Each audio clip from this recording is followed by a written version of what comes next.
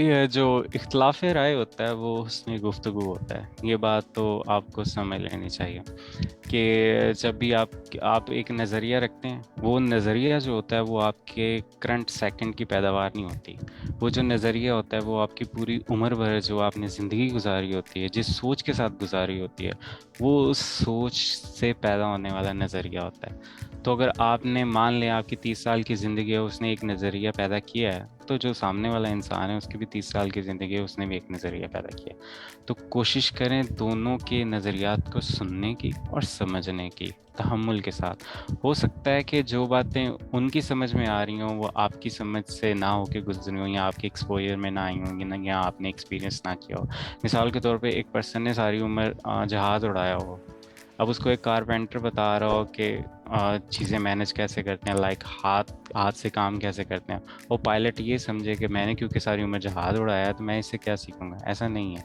हर field, हर life के experiences different होते हैं और हर पर्सन का नज़रिया डिफरेंट होता है। इस दुनिया के अंदर कोई भी इंसान ऐसा पैदा नहीं हुआ जो नज़रिया नहीं रखता। वो कोई दो इंसान ऐसे पैदा नहीं हुए जिनका नज़रिया सेम है। इसलिए no one knows everything, but everyone knows something. तो हर किसी से सीखने की कोशिश करें। जितना आप तहम्मुल मिजाजी से लोगों से सुनेंगे, उतना ज़्यादा आप उनको बेहतर समझेंगे।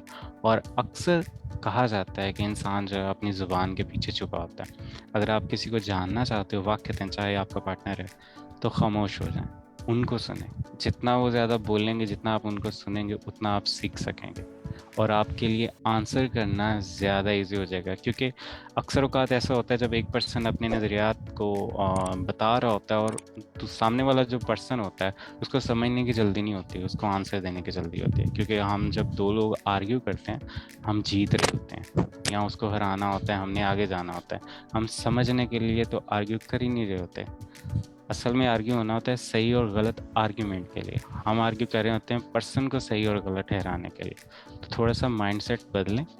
जो आपके साथ जिसने सारी उम्र रहना है उसको समझने की कोशिश करें। हो सकता है उसका आर्ग्यूमेंट गलत हो, उसका नज़रिया गलत हो, लेकिन अगर आप पूरा सुनेंगे तो आप बेहतर अंदाज में समझ भी सकेंगे और समझा भी सकेंगे। क्योंकि वो जब अपना नज़रिया डिफाइन करता होगा वो खुद से उसमें लूप होल्स छोड़ देगा।